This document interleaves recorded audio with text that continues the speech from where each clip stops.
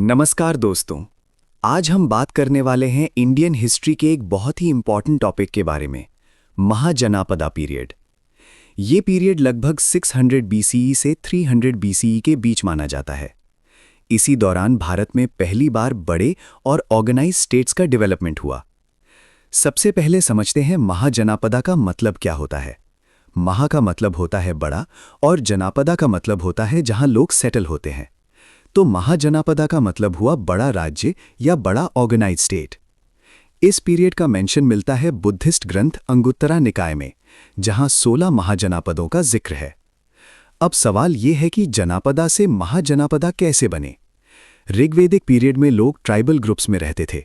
धीरे धीरे agriculture develop हुआ, आयरन का यूज शुरू हुआ, जिससे जंगल साफ करना आसान हो गया।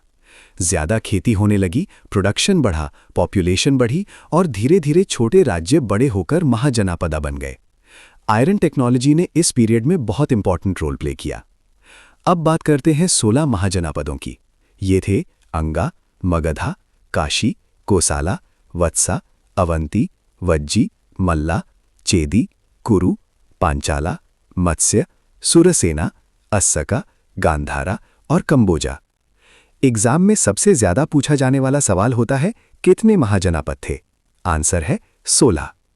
अब हम डिटेल में इंपॉर्टेंट महाजनापद पढ़ेंगे। सबसे पावरफुल महाजनापद था मगधा। मगधा की पहली राजधानी थी राजगीर और बाद में पाटलिपुत्रा बनी। मगधा के पावरफुल होने के पीछे कई रीजंस थे।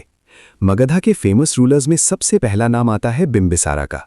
उन्होंने मैरिज अलायंसेस किए और अंग को जीतकर अपना राज्य एक्सपैंड किया। उनके बाद आए अजातशत्रु। इन्होंने वज्जी संघ को हराया और नए वॉर मशीन्स का यूज किया। अजातशत्रु के टाइम में मगधा और भी पावरफुल बन गया। इसी मगधा से आगे चलकर मौर्यन एम्पायर बना। अब बात करते हैं कोसाला की। कोसाला की राजधानी थी श्रावस्ती। इसके राजा थे प्रसेनाजित। कोसाला और मगधा के बीच काशी को लेकर कई बार युद्ध हुआ। अवंती भी एक इंपॉर्टेंट महाजनापद था। इसकी राजधानी थी उज्जैन। इसके राजा थे प्रद्योता। ये ट्रेड और कॉमर्स का एक बड़ा सेंटर था। वत्सा की राजधानी थी कौशांबी। इसके राजा थे उदयाना। अब बात करते हैं गवर्नमेंट सिस्टम की। महाजनापदा पीरियड में 2 टाइप की सरकार होती थी। पहला था मोनार्की, जहां एक राजा रूल करता था, जैसे मगधा और कोसाला। दूसरा था रिपब्लिक या गना संघा सिस्टम। इसमें एक ग्रुप मिलकर डिसीजन लेता था, जैसे वज्जी और मल्ला। ये दुनिया के सबसे पुराने रिपब्लिक सिस्टम्स में से एक माना जाता है। अब इकोनॉमी की बात करते हैं। इस पीरियड में agriculture main source of income था। आयरन टूल्स का यूज होता था। ट्रेड रूट्स डेवलप हुए। पंच मार्क कॉइन्स का इस्तेमाल शुरू हुआ। सिटीज का डेवलपमेंट हुआ। टैक्स सिस्टम डेवलप हुआ। अब रिलीजियस चेंजेस की बात करते हैं। इसी पीरियड में 2 बड़े धर्म आए। पहला बुद्धिज्म, जिसके फाउंडर थे गौतमा बुद्धा। दूसरा जैनिज्म, जिसके 24 तीर्थंकर थे महावीरा। लोग कॉम्प्लेक्स यज्ञ और रिचुअल से परेशान हो गए थे। उन्हें सिंपल और प्रैक्टिकल धर्म चाहिए था, इसलिए बुद्धिज्म और जैनिज्म पॉपुलर हुए। अब सबसे इंपॉर्टेंट सवाल, मगधा ही सबसे पावरफुल क्यों बना? पहला रीजन, गंगा प्लेन की फर्टाइल लैंड। दूसरा, आयरन माइंस अवेलेबल थी। तीसरा, स्ट्रॉन्ग रूलर्स। चौथा, रिवर ट्रांसपोर्ट सिस्टम। और पांचवा, पॉलिटिकल स्ट्रैटेजी। इसी वजह से मगधा ने धीरे धीरे सबको एब्जॉर्ब कर लिया। कंक्लूजन में हम कह सकते हैं कि महाजनापदा पीरियड ने भारत में ऑर्गेनाइज स्टेट्स दिए, सिटीज डेवलप की, ट्रेड सिस्टम को स्ट्रांग बनाया, नए धर्मों का जन्म दिया और मौर्यन एम्पायर के लिए फाउंडेशन तैयार किया। ये पीरियड इंडियन हिस्ट्री का टर्निंग पॉइंट माना जाता है। अगर आपको ये एक्सप्लेनेशन हेल्पफुल लगा हो तो वीडियो को लाइक करें, शेयर करें और चैनल को सब्सक्राइब करें। मिलते हैं नेक्स्ट वीडियो में। धन्यवाद। अब तक हम महाजनापदा पीरियड के पॉलिटिकल डेवलपमेंट को समझ चुके हैं, लेकिन हिस्ट्री सिर्फ राज्य और युद्ध की कहानी नहीं होती। सोसाइटी के अंदर जो सोच बदलती है वही असली रेवोल्यूशन होता है। और अब हम बात करते हैं रिलीजन मूवमेंट की। 6th सेंचुरी बीसीई में भारत में एक बड़ा रिलीजियस रिफॉर्म मूवमेंट शुरू हुआ। इस पीरियड को कई historians age of religious revolution भी कहते हैं। इसी दौरान 2 बड़े धर्म का जन्म हुआ, जैनिज्म, बुद्धिज्म, और इन दोनों ने इंडियन सोसाइटी को डीपली चेंज किया। बैकग्राउंड, रिलीजियस रिफॉर्म की जरूरत क्यों पड़ी? चलिए समझते हैं कि लोगों को नया धर्म क्यों चाहिए था। वैदिक रिलीजन कॉम्प्लेक्स हो गया था। शुरू में वैदिक रिलीजन सिंपल था, लेकिन बाद में यज्ञ और रिचुअल्स बहुत कॉम्प्लेक्स हो गए। ब्राह्मण डोमिनेंस, सिर्फ ब्राह्मण्स ही रिचुअल्स करवा सकते थे, इससे इनइक्वालिटी बढ़ रही थी। एनिमल सैक्रिफाइस, यज्ञ में जानवरों की बलि दी जाती थी। कई लोग इससे अग्री नहीं करते थे। वर्ना सिस्टम रिजिड हो गया। जन्म के बेसिस पर कास्ट डिसाइड हो रही थी। संस्कृत लैंग्वेज, रिलीजियस ग्रंथ संस्कृत में थे, कॉमन लोग समझ नहीं पा रहे थे। इसी डिससेटिस्फैक्शन से रिलीजियस रिफॉर्म मूवमेंट स्टार्ट हुआ।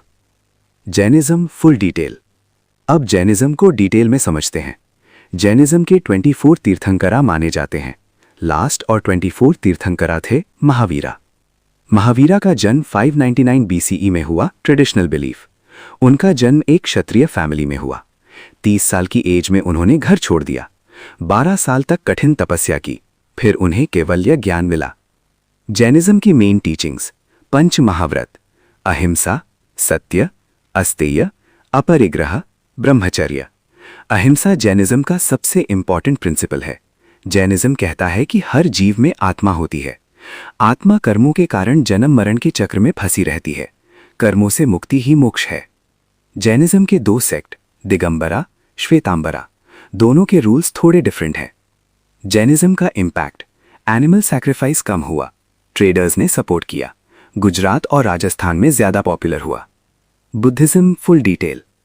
अब बुद्धिज्म को डिटेल में समझते हैं। फाउंडर थे गौतमा बुद्धा। उनका जन्म 563 BCE में लुम्बिनी में हुआ। उनका असली नाम सिद्धार्थ था। 29 साल की एज में उन्होंने घर छोड़ दिया। इस इवेंट को महाभिनिष्क्रमण कहा जाता है। 6 साल की तपस्या के बाद उन्हें बोध गया में एनलाइटनमेंट मिला। 4 नोबल ट्रुथ्स: दुख है, दुख का कारण है, दुख का अंत हो सकता है, दुख के अंत का मार्ग है। अष्टांगिक मार्ग: सम्यक दृष्टि, सम्यक संकल्प, सम्यक वाक, सम्यक कर्म, सम्यक आजीविका, सम्यक प्रयास, सम्यक स्मृति, सम्यक समाधि। बुद्धा ने मिडिल पाथ दिया, ना अधिक भोग ना अधिक तपस्या। बुद्धिज्म के सेक्ट: बाद में बुद्धिज्म 2 सेक्ट में डिवाइड हुआ, हीनयाना, महायाना।